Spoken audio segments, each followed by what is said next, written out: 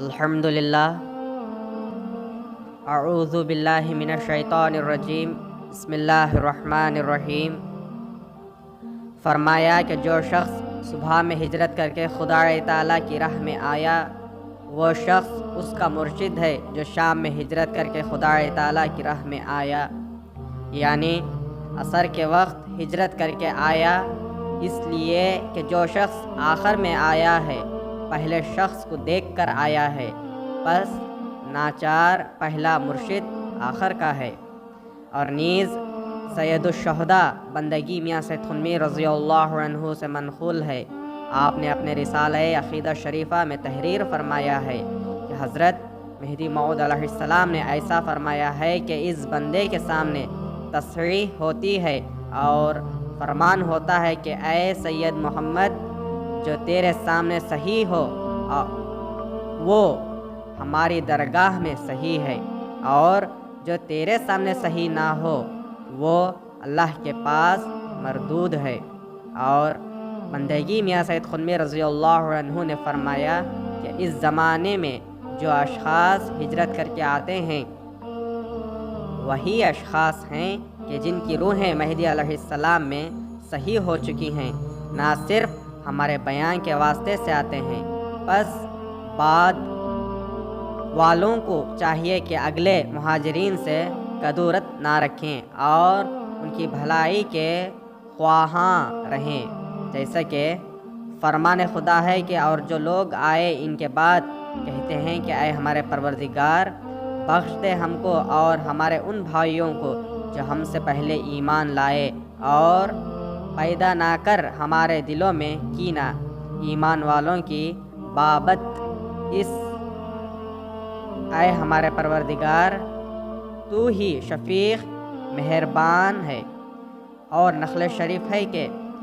نین پور میں جو احمد آباد کا ایک محلہ ہے، میاں عبد المجید رضی اللہ عنہ کی قبر کے پاس اکثر مہاجروں نے محاضر کیا تھا، مثلاً میاں سید خنمی رضی اللہ عنہ، میاں شاہ نظام رضی اللہ عنہ، میاں نعمت رضی اللہ عنہ و میاں ملک جی رضی اللہ عنہ، میاں دلاور رضی اللہ عنہ، اور میاں لاڑ امام رضی اللہ عنہ،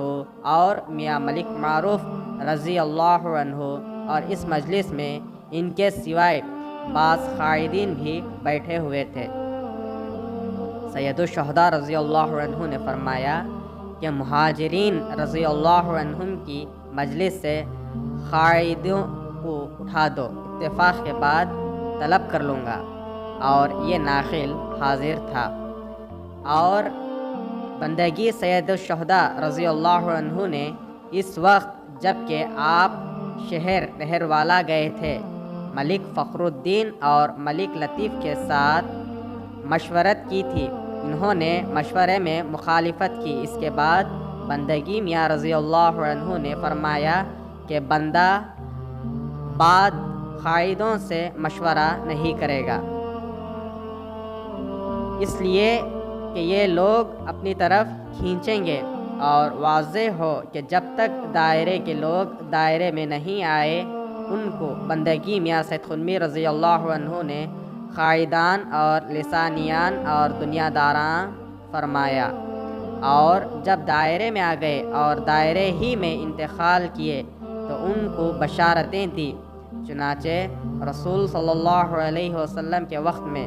10 مخلص اشخاص نے قائدوں سے مشورت کی اور رسول صلی اللہ علیہ وسلم سے الگ رہے۔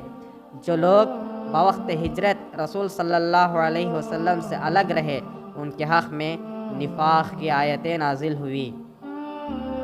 اس کے بعد یہ 10 مخلص اشخاص پیشمان ہوئے، 7 اشخاص اپنے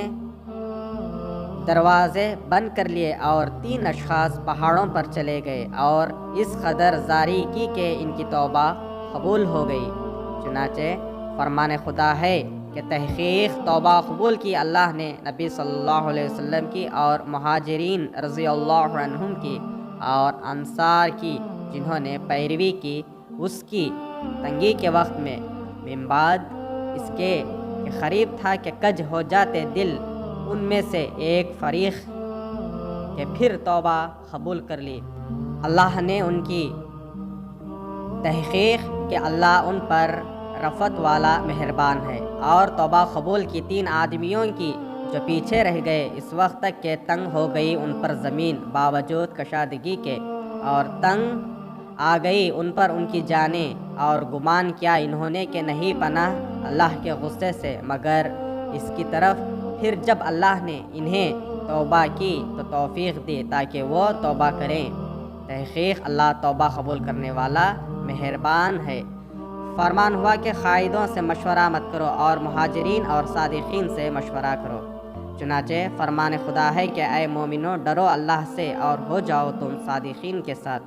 اور صادق یہی لوگ ہیں کہ جن کے متعلق خدا تعالیٰ نے فرمایا کہ مہاجر فقیروں کے لیے ہے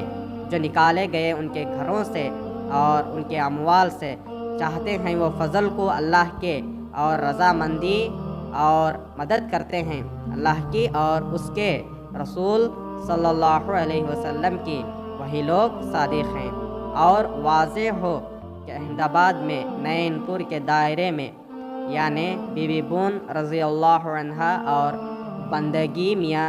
سید ابراہیم بن میراں سید محمد مہدی موعود علیہ السلام کے دائرے کی مسجد میں جمع ہوئے تھے، اور بعض قائدین اس مجلس میں بیٹھے تھے۔ بندگی سید خن میر رضی اللہ عنہ نے فرمایا کہ مہاجروں کی مجلس سے قائدوں کو اٹھا دو۔ اس کے بعد برادران نے احمد شاہ خدن اور محمود ملتانی کا ہاتھ پکڑ کر اٹھا دیا۔ میاں عبدالحلیم نے اس بندے ولی ابن یوسف علیہ رحمہ سے کہا کہ میاں شیر ملک رضی اللہ عنہ بھی چاہتے تھے کہ مجلس سے اٹھ جائیں۔ بندگی سید خنمی رضی اللہ عنہ نے فرمایا کہ تم کس لیے اٹھتے ہو، کیونکہ تم حضرت مہدی موعود علیہ السلام کے ساتھ تھے۔ اس کے بعد بیٹھ گئے۔ اور نیز بندگی سید خنمی رضی اللہ عنہ نے فرمایا کہ چاہیے کہ جامع مسجد اور عیدگاہ کو بغیر تبلیغ مستعد ہو کے اچھا لباس پہنے ہوئے باہتیار جمعیت کے ساتھ جائیں، تاکہ مخالفین غصے کی آگ میں جلیں اور کہیں کہ یہ لوگ اتنے بہت ہیں اور مومنوں سے ڈریں۔ پس مہدویوں کو ایسا ہی کرنا چاہیے کہ جامع مسجد اور عیدگاہ کو اسی طرح جائیں اور کوئی کیفیت نہ کریں، جیسے کہ فرمان خدا ہے کہ مناسب نہ تھا اہل مدینہ اور ان کے گرد و نواح کے گواروں کو کہ چاہیے رہ جائیں رسول صلی اللہ علیہ وسلم کے ہمراہی سے، اور نہ یہ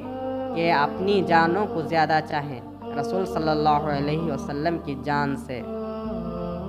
یہ اس لیے کہ ان جہاد کرنے والوں کو نہیں پہنچتی پیاس اور نہ رنج اور نہ بھوک اللہ کی راہ میں، اور نہ چلتے ہیں ایسے مقام پر جو غصہ دلانے کافروں کو، اور نہ حاصل کرتے ہیں دشمن سے کوئی چیز مگر کہ ان کے لیے لکھا جاتا ہے ہر کام کے بدلے، بے شک اللہ نہیں ضائع کرتا اجر نیک کام کرنے والوں کا۔ اور نہ خرچ کرتے ہیں کوئی خرچ چھوٹا اور نہ بڑا، اور نہ طے کرتے ہیں کوئی میدان مگر یہ سب ان کے نام لکھ لیا جاتا ہے تاکہ ان کو اللہ بدلہ دے بہتر سے بہتر ان کے اعمال کا۔ پس خدا تعالیٰ نے مومنوں کی جو صفتیں اس آیت میں بیان کی ہیں ان تمام پر عمل کرے۔ جب ان تمام پر عمل کیا جائے اس وقت عمل صالح کامل و مکمل ہوتا ہے، نہ صرف ذکر اور نماز و روزے سے مکمل ہوتا ہے۔ انصاف نامہ باب 8 صفحہ 176 تا 181۔